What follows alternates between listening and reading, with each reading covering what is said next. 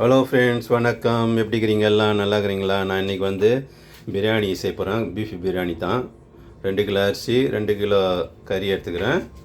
அதுக்கு வந்து எண்ணெய் ஊற்றிக்கிறேன், நெய் ஊற்றிக்கிறேங்க. இப்போ வந்து பட்டை செலவுலாம் வந்து எல்லாத்தையும் போட்டுக்கலாம். பிரியாணி செலவு போட்டுக்கிறேன், பட்டை செலவில் எல்லாத்தையும். இப்போ வந்து சோம்பு போட்டுக்கலாம்.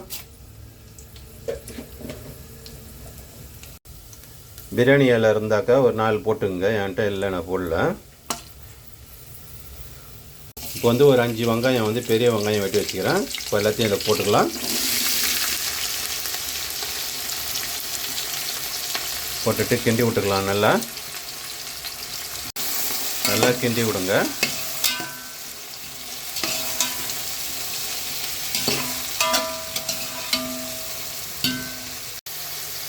வெங்காயம் வந்து நல்லா வந்து வதங்கணும், பொன்னிறமாக ஆகணும்.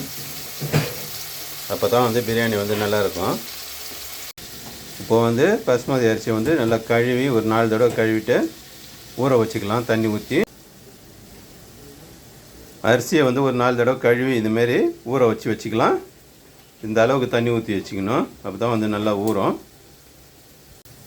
ஒரு அரை மணி நேரம் வந்து ஊறட்டும். வெங்காயம் வந்து வதங்கி எடுத்து இப்போ வந்து காஷ்மீர் தூள் வந்து 1 டேபிள் ஸ்பூன் போட்டுக்கலாம். மிளகாத்தூள் 1 டேபிள் ஸ்பூன் போட்டுக்கலாம். கிண்டி விட்டுக்கலாம். நல்லா சேர்த்து எல்லாத்தையும். வெங்காயம்லாம் வந்து கலர் மாறிடும். அப்படியே கிண்டி விட்ட உடனே வெங்காயத்துலேயும் வந்து தூளுக்கு போட்டாக்கா வந்து கலர் வந்து நல்ல கலர் கொடுக்கும். பிரியாணி தூள் போட தேவையில்லை. இப்போ வந்து இஞ்சி பூண்டு போட்டுக்கலாம். இஞ்சி பூண்டு வந்து ஒரு 4 டேபிள் ஸ்பூன் போட்டுக்கலாம்.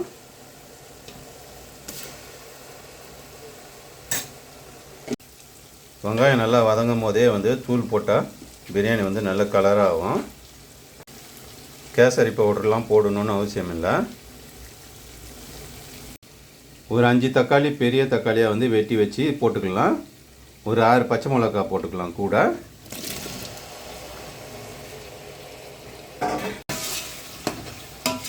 இப்போ எல்லாத்தையும் நல்லா கிண்டி விட்டுக்குவோம்.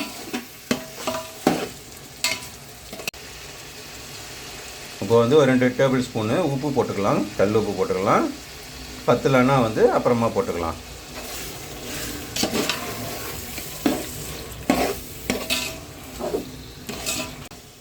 கறியில் வந்து 2 கிலோ கறியில் வந்து நான் வந்து உப்பு மஞ்சளும் போட்டு வேக வச்சு வச்சுக்கிறேன். அதனால் வந்து இதில் வந்து உப்பை வந்து கொஞ்சமாக போட்டுக்கிறேன். கறியும் உப்பும் மஞ்சளும் போட்டு நல்லா வேக வச்சு வச்சுக்கிறேன்.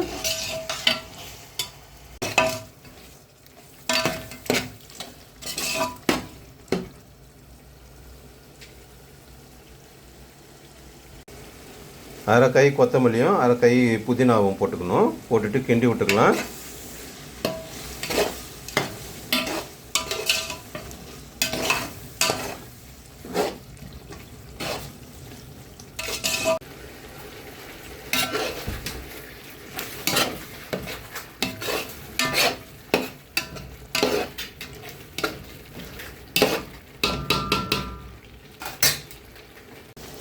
இப்போ வந்து பிரியாணி தூள் வந்து 3 டேபிள் ஸ்பூன் போட்டுக்கலாம்.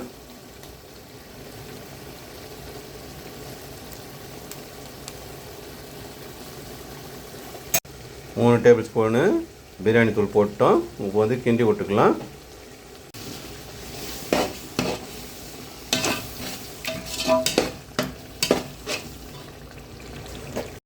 அரை டேபிள் ஸ்பூன் கரம் மசாலா,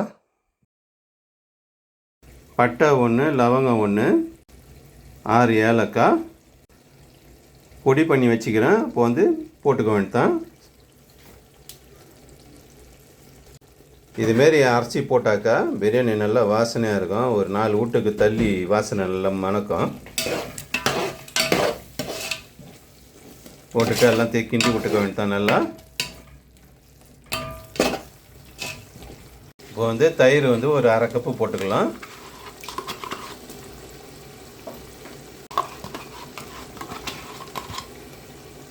போட்டு கிண்டி விட்டுக்கலாம். நல்லா கிண்டி விடணும். இந்த முட்டைலாம் வைக்கிட்டு பாரு, அதெல்லாம் நல்லா கரையணும். நல்லா வேக வச்ச கறியை எடுத்து போட்டுக்கலாம்.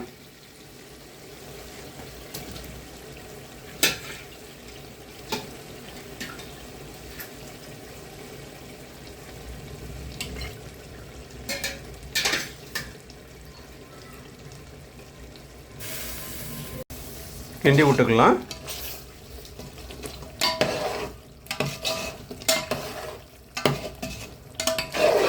ஒம்பது டம்ளர் தண்ணி ஊற்றிக்கணும்.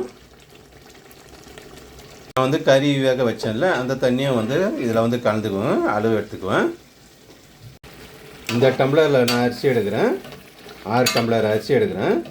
அப்போ வந்து 1க்கு 1.5 தண்ணி ஊற்றணும். தேங்காய் பால் ஊற்ற போகிறேன். 1 டம்ளர் வந்து தேங்காய் பால் ஊற்றி செய்யுங்க, பிரியாணி வந்து நல்லா ருசியாக சூப்பராக இருக்கும். நான் மீதியை வந்து கறியை வேக வச்ச தண்ணியை வந்து ஊற்றிக்க போகிறேன். நான் இப்போ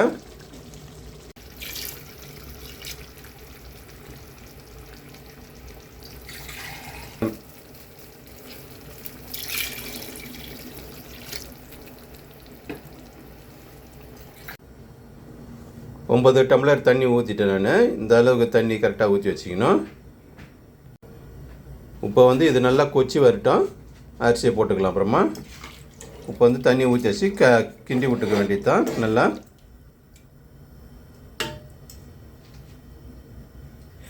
இந்த நேரத்தில் வந்து உப்பு காரம் வந்து கரெக்டாக பார்த்துக்கணும். எனக்கு கரெக்டாக தரலாம். வந்து நல்லா கொதிக்குது. இந்த நேரத்தில் வந்து ஒரு அரை எலுமிச்சம்பழம் வந்து புழிஞ்சு விட்டுக்குவோம்.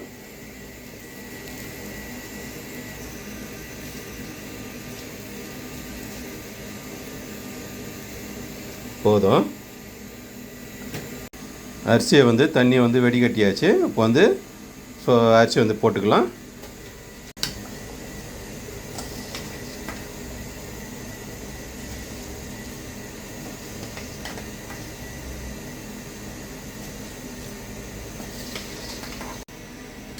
அரிசியை போட்டாச்சு, லைட்டாக கிண்டி விடணும்.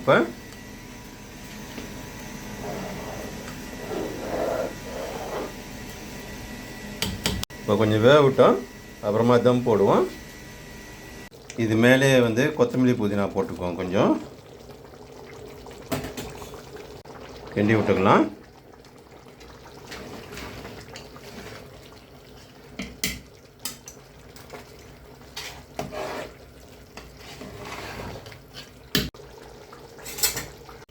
இது மேலே கொஞ்சம் நெய் போட்டு தம் போட்டுக்கலாம்.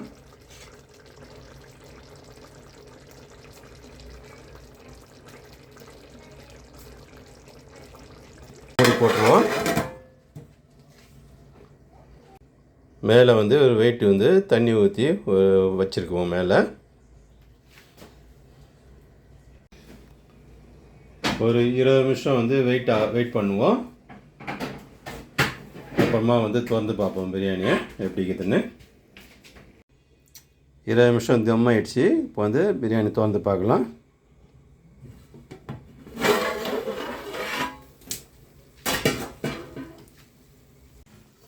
பிரியாணி நல்லா சூப்பராக வெந்துடுது. ஆஹா, எவ்வளோ அழகாக பொலன்னு ஊற்றி பாருங்கள். இப்போ பிரியாணி ரெடி ஆகிடுது. இதேமாரி நீங்களும் செஞ்சு பாருங்கள் வீட்டில். எப்படி இருக்குதுன்னு கமெண்ட்டில் சொல்லுங்கள். லைக் பண்ணுங்கள், ஷேர் பண்ணுங்கள், சப்ஸ்கிரைப் பண்ணுங்கள்.